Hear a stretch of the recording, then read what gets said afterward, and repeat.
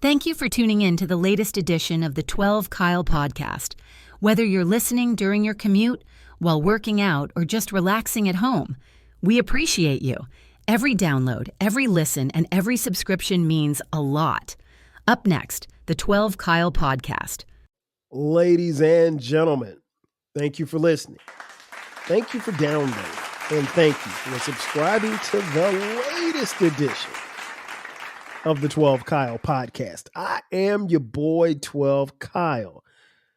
Man, check this out. On this episode, what I want to do is share a personal story with you. The story is about me. The story is about being a father. And the story is also about my son, my youngest son, Brandon, who at the time of this recording is 18 years old. Brandon, as many of you know, maybe you don't know, just completed his high school senior season of football. And the season didn't go the way that he had planned, but I want to share with you a little bit about what actually transpired and how I grew from learning from him as opposed to him learning from me. Let's rewind the clock back. As many of you know, maybe you don't know, I played college football at South Carolina State University. It's a historically black college located in Orangeburg, South Carolina. Played from 1991 to 1995. Also where I graduated from and where I met my girlfriend, now wife, Sharice, Brandon's mom. And we have, not only do we have Brandon, but we have two other sons as well as a daughter. So we have 4 kids. But I wanted to kind of give you the background as to how this story kind of came about. Again, he just finished his senior season. It was a very disappointing season, but it was a season of lessons. And I think the biggest lesson probably was learned by me. But I want to go back first to 1994, 30 years ago. I was playing football at South Carolina State University. We were in the middle of our run toward the national championship in black college football. And there was a reporter from my hometown of Florence, South Carolina, that made the 90-minute drive down from Florence to Orangeburg to interview me for the newspaper. And I'll never forget the interview. The guy was really nice. I can't remember his name, and I still have the clipping of the paper, and the headline reads, "Dowling proves doubters wrong." Dowling obviously is my last name. If you're watching on YouTube, thank you for watching. You can see the jersey behind me with my name on the back. But that was the title of the article. And in the article, they talked about how I had a lot of people who, I guess back then we didn't call it this, but you could call it haters. People who doubted the fact that whether or not because I was a standout in high school, whether or not my 5'6", 150-pound frame at the time could play major college football, Division I AA college football at the time. And the article just talked about how I was going to prove people wrong and how I was proving people wrong. And so, that happened. We won the Black College National Championship in 1994. Again, I played all through college, graduated, moved on, moved to Atlanta, got married, and lived happily ever after, if you will. As I mentioned, Brandon is the third of our sons. So his older brother, Dion, who is 25 at the time of this recording, and his older brother, Cameron, who is 22 at the time of this recording. Unlike Brandon, they didn't play football. Well, Cameron played football, played Little League football from probably the age of 5 to the age of 10. Then when he got to middle school, he was just like, all right, I'm good. He wasn't playing anymore. And what was interesting was at the time that Cameron was playing football, Brandon started playing flag football. He played flag football and then he played tackle football probably until the age of 7. I remember they made it to the championship game and they lost because they went undefeated. And they made it to the championship game and they lost. And then I think the next year he was just like, he didn't want to play anymore. So I was like, cool, because in my head, I know the dangers of football. I would never, in my mind, I wasn't going to tell my kids not that they couldn't play, but I also wasn't going to push them to play in spite of the fact that football is and will always be my first love. It was the sport that I fell in love with. It was the first thing that I ever fell in love with. And, I still love football to this day. I love the idea of competing in football. I love everything about the game. The game has done so much for me. The game was very, very good to me. But fast forward to, me being an adult, I'll be honest, I was kind of happy that Cameron decided not to play because I think, while I think he could have been a really, really good football player, he didn't have the heart in it. And if you don't have the heart to play football, there's no place on a football field if you don't have the heart to do it. Because I'll be honest, you got to be a little crazy to play football. That being said, I was satisfied with Brandon playing, football. And when he decided to stop playing at the age of 7, that was cool with me. Now, let's fast forward a few years later, and Brandon decides by the time he gets to high school that he wants to play basketball. Now, he had played rec basketball in the rec league or whatever like that. He played at the YMCA, and he was pretty good. But, as I mentioned, his dad is only 5'7", so it's not, he ain't gonna be Shaq. But he decided that he wanted to continue to play basketball, and so I was like, okay, cool. So he said he was going to go out for the 9th grade team in basketball, and I was a little skeptical at first because I really wasn't sure how good he could play. But much to my surprise, he went out for the basketball team and made the 9th grade basketball team. And not only did he make the team, but he got a lot of playing time, and they won the county title, I think, in 9th grade ball. So that was dope. And then and he was, practicing and stuff, and he was, we had a trainer and everything, and he was getting good. But I'll be honest with y'all, I didn't see like that burning desire to play. I wasn't going to tell him he couldn't play, but here's the thing. Kids of today and kids of my era, we're just built a little different. Not saying one is better than the other. These kids nowadays are way more athletic. They have their hands to put on just about the most advanced piece of technology ever. We were a little bit different. We kind of got it out the mud, if you will. But you had to work. And I mean, while I never had a trainer, my training was every day playing sandlot football with my friends, playing, against guys 4 or 5 years older than me. That was my training. I didn't need a trainer for that.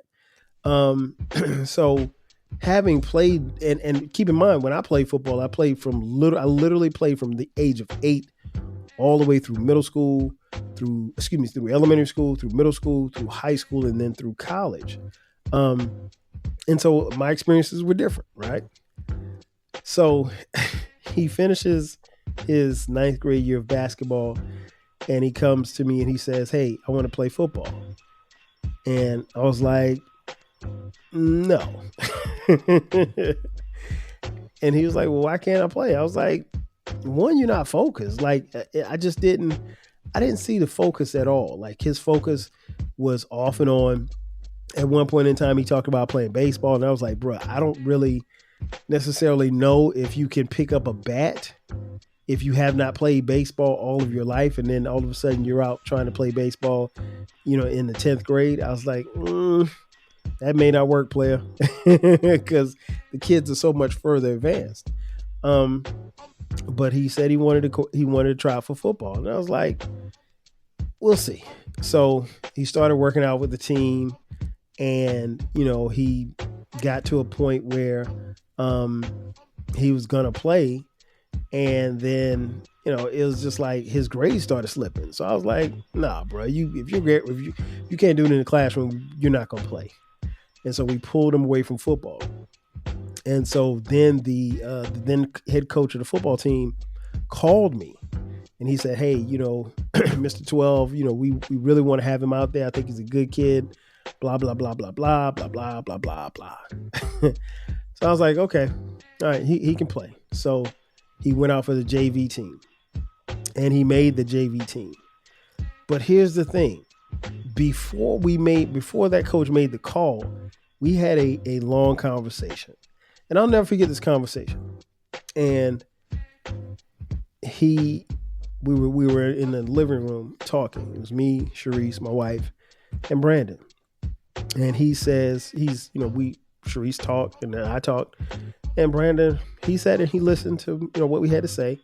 And here's the thing, my concern was the fact that he had not played competitive football from the age of 7 to the 10th grade, and like that's a long time not to be playing. And when he played football, at 7, everybody got the ball, everybody scored touchdowns, and everybody you won, and it was dominant and everything like that. So the level of competition wasn't the same, and honestly, everything wasn't at stake like how it is in high school football. High school football is a different beast, especially here in the state of Georgia, right? And so I was just like, I don't think, so I gave my spiel as to why I thought he shouldn't play, right? So he listened. And then he stood up and he said, "You guys told me that you would support me in any and everything that I wanted to do. And now you're not supporting me. Why?" I couldn't say anything. I mean, he had a point, and there was nothing I could say. And the thing that I've always tried to do as a father is to let have an open door policy for my kids to be able to talk about anything. That's the thing that I always want them to do, because my parents didn't always do that for me, but they did as I subsequently got older. But we try to keep the floor open and let them talk, and not just because, let's be honest, I came up in an era where they told us a child was to be seen and not heard. So basically, you're gonna do what the hell we say, and you're gonna shut up and sit in the corner. So when he said that, there was nothing I could say. I mean, I had to back him on that, and I think ultimately what I was doing was I was putting my fears of him getting hurt, fears of him getting rejected, maybe not making the team. I was projecting that on him instead of saying, you know what, let's go get it. Let's go get it. Let's go do it. And so it worked. I mean, he went out for the team. He made the team. He played as a sophomore. And then his junior year rolls around, and he's still developing, right? So he's still not as big, is not as fast as he probably should be. But that comes with not having played. And don't get me wrong, his sophomore year, he played. It wasn't like he was just on the team. He actually got playing time. But by the time he's a junior, most juniors don't play JV. They play varsity. Well, the coach said, "Hey, he's still developing, so we want to play him on JV and varsity." Now, in Brandon's eyes, this is kind of like a slap in the face, because it's like, wait a minute. I'm good enough to play varsity, but you want me to play JV? Like, you playing me down. Like I shouldn't be playing down with these youngsters. But apparently you can do that. I didn't know that could happen, because when I was in high school, if you were a junior or a senior, you were on the varsity team, regardless of whether or not you played or not, right? So all of that happened. So he went through his junior year, and he was playing both JV and varsity. He wasn't getting a lot of playing time on varsity. In fact, his playing time was very sparingly, but he started on JV, and he did well. And so he finishes his junior year, and he's ready to kind of take it to the next level. We had a conversation, And I asked him just like my dad would ask me at the end of the season. I was like, do you want to make it on to your senior year? He's like, yeah, I want to play. And so I was on him constantly. I was like, look, you got to work out. You got to be dedicated. You got to do this. You got to do that. And, there'd be times where I take him out to the field and we'd run routes and I'd throw him passes and stuff. And I was just like, in my mind, I'm like, I don't know. Like, because I don't see that hunger. I don't see me. and I say that in jest, folks, but I'll be honest. I'm not one of those parents who try to live their dreams through their children. I'm not. I just didn't see that drive and determination that I think it would take for him to succeed. But I also understood too, at the same time, that's not how some of these kids are built. Their level of passion is different from ours. They show it differently, so forth and so on. I did know that he wanted to play. That I did know. And he was, determined to do whatever it took to get on the field and be successful. So we working out. And then as he's getting ready for his senior year, they go into spring football practice, which was the fall of 2024. Excuse me, spring of 2024. I'm sorry. So they're getting ready for spring football, and then something crazy happens. It's time for us to take a commercial break, but on the other side, I'll tell you what the crazy thing that happened, and I'll also tell you how his senior year went. So sit tight. We'll be back in just a second. Are you feeling nostalgic for the golden eras of rap and soul music? If so, tune in to the Rap Soul Podcast. We are your weekly journey through the 80s, 90s, and 2000s, spotlighting the music and the hidden gems that shaped the soundtrack of our lives. From the powerful beats to the soulful melodies, we bring you the best of the past with fresh insights and stories. Rediscover the music that defined a generation. Subscribe to the Rap Soul Podcast and enjoy the vibes. If you want a podcast where culture, conversation, and life collide, where you get insightful commentary, engaging discussions, and a fresh perspective on everything, then you need to listen to the 12 Kyle Podcast. Hosted by the one and only, yours truly, 12 Kyle, a voice that you know and trust. This podcast will bring you thought-provoking moments, compelling stories, and a whole lot of fun. Whether you're a first-time listener or just tuning in, each episode promises to be something new and exciting. So sit back, relax, join 12 Kyle, myself, and my guests as we break down the world around us and give you stories that you've never heard before. From nostalgic throwbacks to everything in between, the 12 Kyle Podcast is a front row seat to this conversation. Subscribe now and never miss an episode of the 12 Kyle Podcast, where the vibe is always real and the discussion is always worth your time. And just like that, we are back.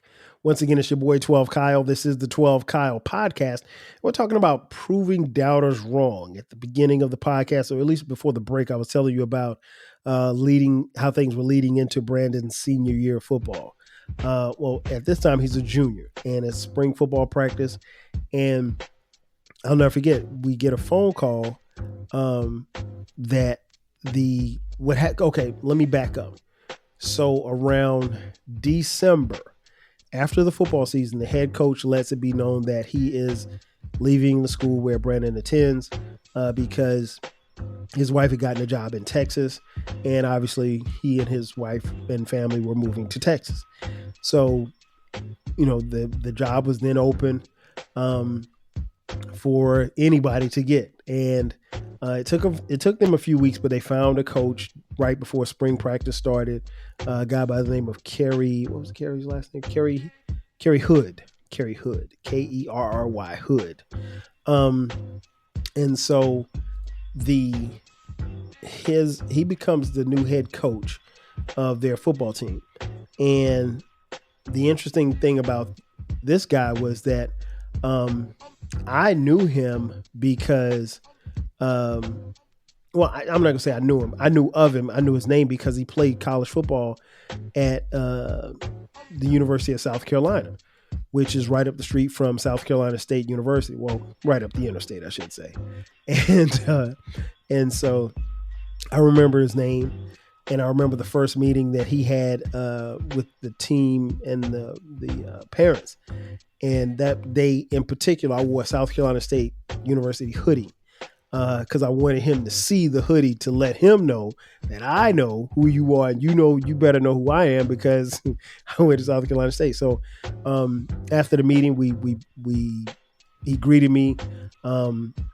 We had a conversation. He asked me, did I play ball at South Carolina State? I told him that I did, and we talked about a couple of people that we knew in common or what have you, and and that was that. Seemed to be a pretty nice guy, whatever like that.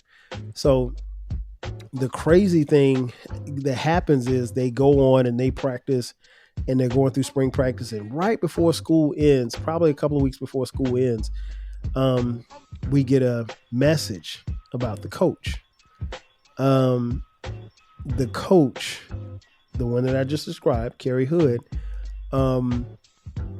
he was at, okay, let me back up a little bit. They tried to get him to be a full-time employee at Brandon's school. But the school that he was at it was a school called Lithia Springs, which is on the other side of Atlanta. He couldn't be at, I think Lithia Springs wouldn't let him out of his contract. So he was still over there at Lithia Springs. He was coaching track, I want to say, and teaching throughout the day. But, these counties sometimes have this thing where, they have black male teachers. They don't want them necessarily moving to go to different schools during the middle of the school year. So that's what the thing was they said, well, look, he's a black male science teacher. We don't need him moving. We need him at the school so he can be free to leave at the end of the school year. So he was literally still teaching and coaching at Lithia Springs and then driving across the city to conduct spring practice for Brandon and his teammates, which was interesting. But he lived on the east side of Atlanta, which is closer to where Brandon goes to school. So anyway, long story short, we get a text message that the coach, Kerry Hood, has been removed from the team. What? What do you mean he's been removed? Not only had he been removed from the team, but Coach Hood had been arrested. That's right. He had been arrested in Douglas County, which is the county where Lithia Springs High School is. He was arrested for allegedly sexually assaulting a student. And so this is devastating. It is a surprise. It is a shock. We don't know anything about what's going on or anything.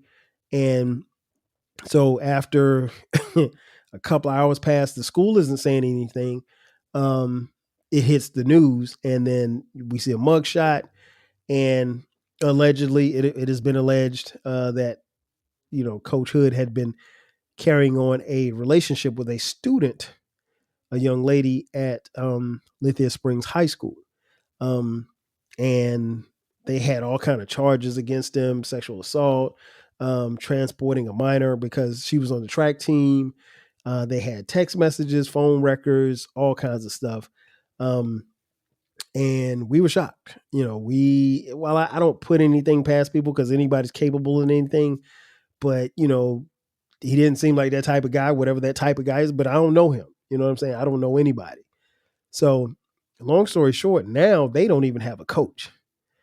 So the kids are shocked. Brandon's shocked. I remember the day he came home, and he called me on the phone, and because I was out of town.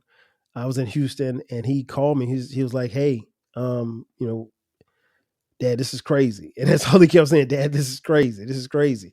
And he couldn't believe it. And so we talked about it, and I kept it real with him. I was like, "Look, man, I said, no, this is tough." I was like, "But if you guys are going to focus, you're going to have to get focused." And, I said, "Your Coach Hood, he's locked up." I was like, he ain't getting out no time soon.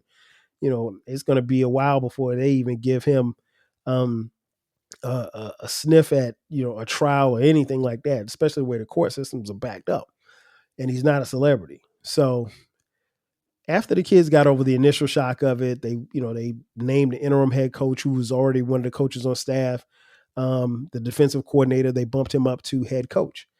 And so, so they kept going, finished spring practice, went through summer workouts. Summer workouts was pretty cool. And then they start the season. And Brandon starting at wide receiver, one of the wide receiver positions. Much to my surprise, that earlier that summer, he sends me a picture of himself in his new jersey. Now, he wore number 19 the previous year, and you can take a guess as to what number he chose for his senior year. He chose number 12, much like his dad. And I didn't tell him to do that. I felt like it was a great gesture. It made me proud. It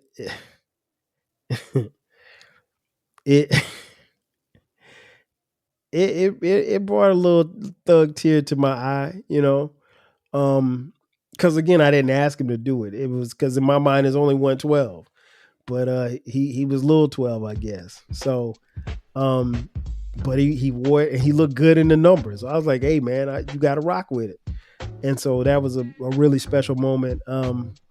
Him just, doing that because that's what he wanted to do. And he said that's the number he chose. He said the number became free and he got it. So I was like, okay, cool, rock out with it. And so, they go through summer practice and then they get to the first game of the season. The first game of the season, I'll never forget, I flew in that Friday, got in town, and we go to the game, and it's crazy because like this team, they blew them out, and they won the game, and the kids were all happy. They're jumping. I just never forget. They were jumping around, just having a ball. And that was the game that they won. Unfortunately, they didn't win another game for the entire football season. They went 1-10. So to win your first game, August, I think it was like 15th or something like that, and not to lose, not to win another game all the way through the month of November, not exactly what you had in mind. But individually, it was a pretty good season for him. He had his highs and his lows. His high actually came the following week after the first game. It's game 2. One of the things that I noticed was like the team, his team, one of the kids they had at tight end, they would split him out. They split him out, and he wore number 0. And I told him, and Brandon, number 0 had like 8 catches. And he was like a true freshman, and nobody seen him before, but he was nice. He was fast, and he was a tall kid. And I told Brandon, I said, well, you guys play Stevenson next week. Now, Stevenson is a school that is literally around the corner from, our house. And it's a school actually where Brandon is zoned to go to, but he doesn't go to that school. And he's got a lot of friends over there. I think he's got a couple of ex-girlfriends over there. So I knew going up against Stevenson, and plus Stevenson is one of the best teams in the state, right? And so I told him right after that game, I was like, you guys got Stevenson next week? I was like, they're not going to let number 0 beat them like how, this team that you guys just beat did. They're going to double him. I was like, and you're going to be open. I said, you're going to get one-on-one coverage, and that's what you want. I said, you got to make them pay. You got to make them pay. If they're not going to double you, I said, you can blow the top off the defense, running straight up the field. You should be able to have your way with their defense. I told him those exact words. Little did I know that this boy would go out against Stevenson and put up 6 catches for 150 yards and 2 touchdowns.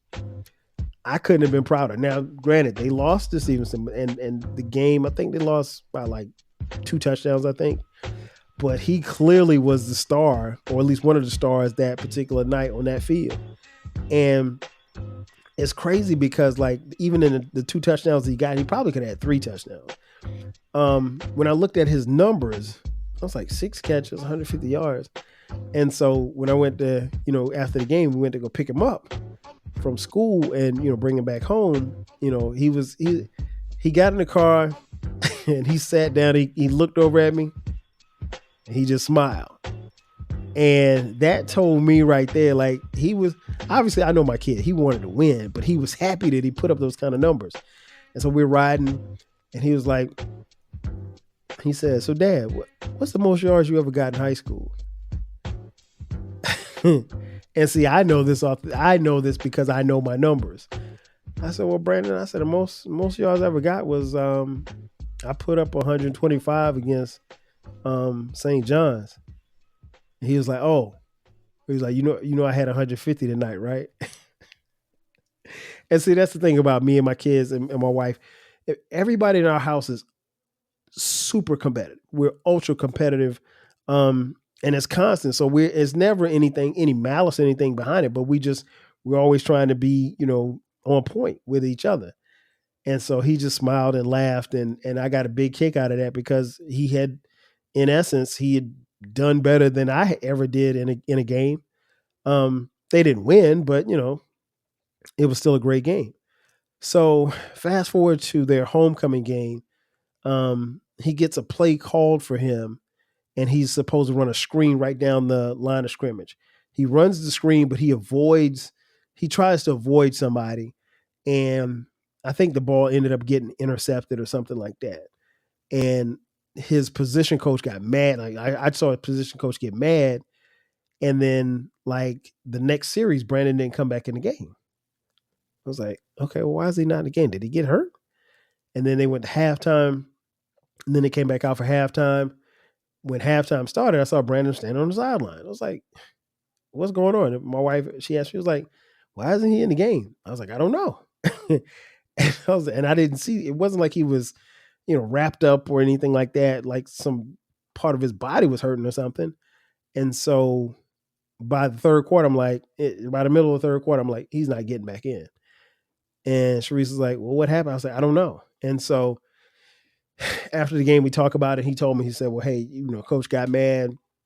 He felt like I, dogged it on the play or whatever. And he took me out. And I said, well, that's unfortunate. And it's not cool because that was homecoming. You only get one senior year. You only get one homecoming in your senior year.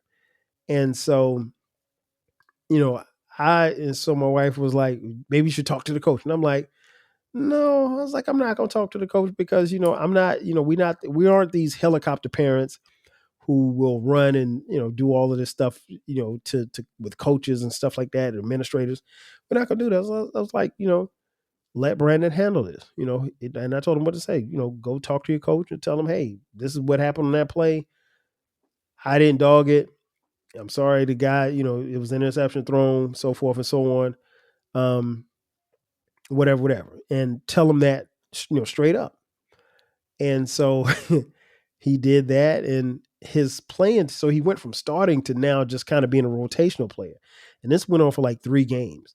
And meanwhile, the team is still losing. And, you're seeing them losing and you see the frustration. And I'm just like, I'm trying to still, pump him up and everything at the games and stuff. And even in our conversations, tell him it's going to be okay to just keep fight through it and everything like that. And I mean, morale was bad. I mean, like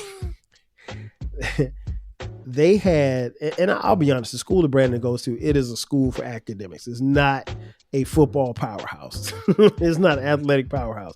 I'll just be honest about that. So all of the kids on the team are smart and they're like Brandon. Most of them are going to go to college.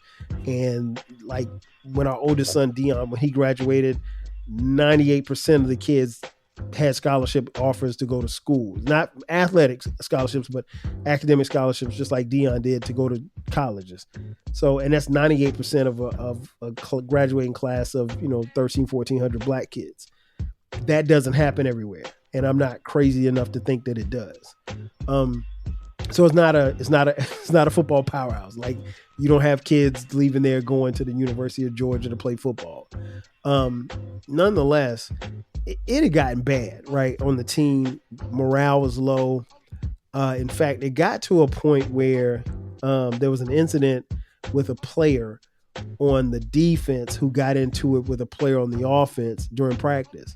And subsequently, the offensive and the defensive coordinator got into it behind the 2 kids getting into it. And the offensive and defensive coordinator had to be separated by the coaches. And so the head coach told the defensive coordinator, hey man, just chill out. And then so the defensive coordinator got mad at the head coach to the point where they almost got into a fight. And the head coach subsequently said, hey man, get off my field. And subsequently fired him on the field, arguing in front of the kids. So then the head coach becomes the defensive coordinator. And the game right after that, their team played against a team called Lakeside. And can you imagine, just picture this. Picture playing in a high school football game and you score 50 points and you still lose. They lost 51-50 against Lakeside. You can't make this up. So it was a rough year. And so I just told Brandon, I said, hey man, just savor it all. Just enjoy it all. Enjoy these last couple of games, because I think in their minds, the kids felt like, okay, we're losing some of these games, but we're not getting blown out. These games, we're making mental mistakes where we can win these games. Once we get into conference play, things will be different. And it wasn't. They were making mental mistakes, of course. And by and large, with the exception of maybe 2 games, they were in all of the games. They were games that they could have won. They lost a couple of games by, less than 7 points. So fast forward to his last game of the season. We had, my mom came in town. She came to the game. My mother-in-law came to the game. My father-in-law couldn't make it because he had just had surgery. Brandon's girlfriend came to the game and her family came, and we were all there. And some family friends, we just came to support him. We part of the process of senior night. You walk your senior onto the field. So there's a bunch of pictures of me and Sharice and Skylar walking Brandon on the field, and we're holding up his banner with his face on it and everything like that. And so it was a beautiful night. And it was a close game. The game was really, really close. And then something happened. It was probably about 5 minutes left in the game. They were down by, I want to say 5, I think. And they were on offense. And by this time, Brandon's back starting again. And the quarterback, he takes the snap and he looks Brandon's way.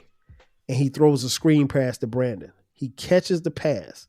Now, my wife wasn't even paying attention, so I elbow her because I see Brandon. He doesn't leave the line of scrimmage. He stands there. He catches the screen pass. I elbow her, and she starts looking. I was like, look at Brandon, because I knew the ball was going to him. He makes the catch, and he gives a move, and he gets up the field, straight up the field, fast. And 30 yards later, he scores a touchdown, the go-ahead touchdown. And the crowd is going crazy. The band is going crazy. And we think that, oh my gosh, they're going to win this game. And they didn't. The other team would eventually get the ball back and score. And Brandon's team did not get the ball back again and were not able to score.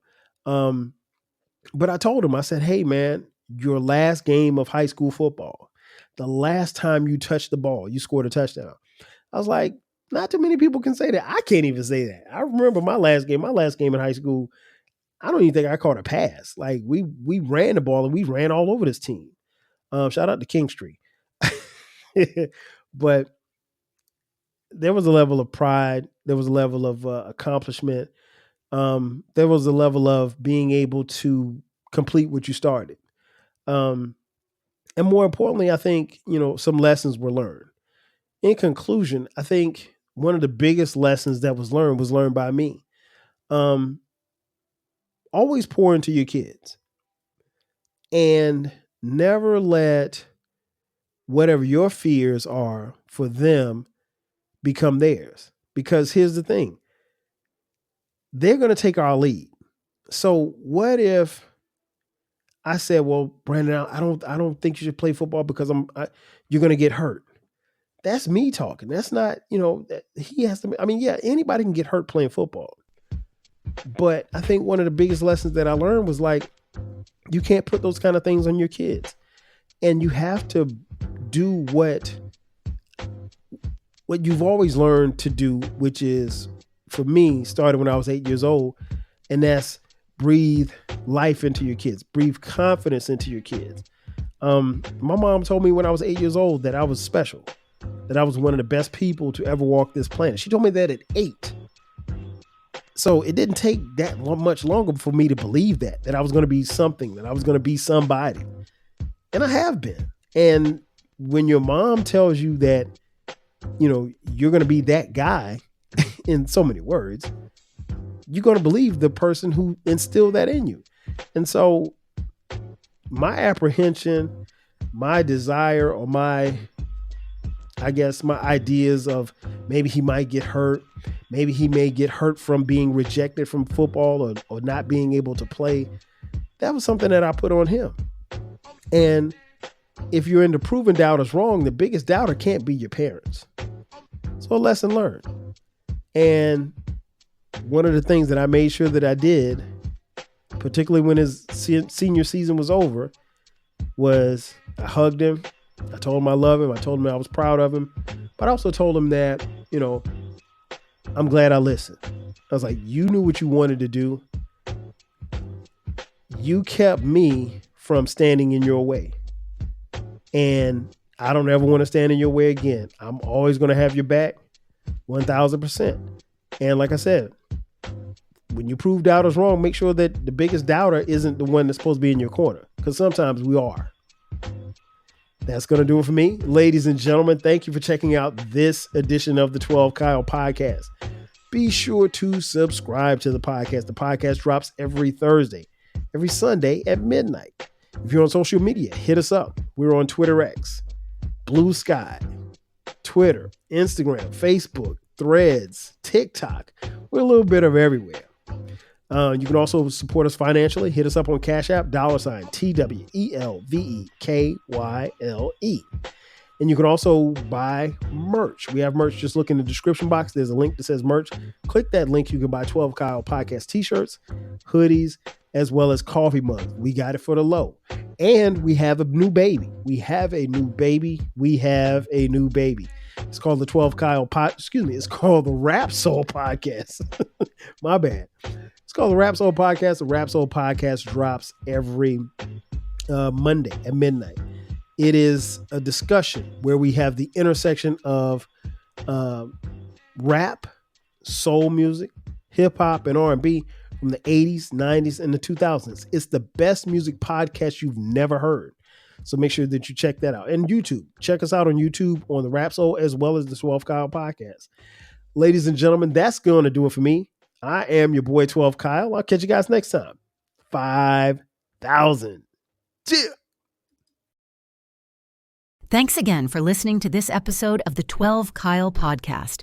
If you enjoyed this episode, make sure that you hit the subscribe button and share this podcast with a friend who needs the 12 Kyle Podcast in their life.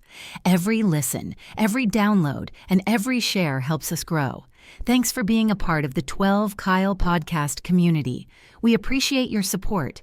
We will catch you next time. 5,000.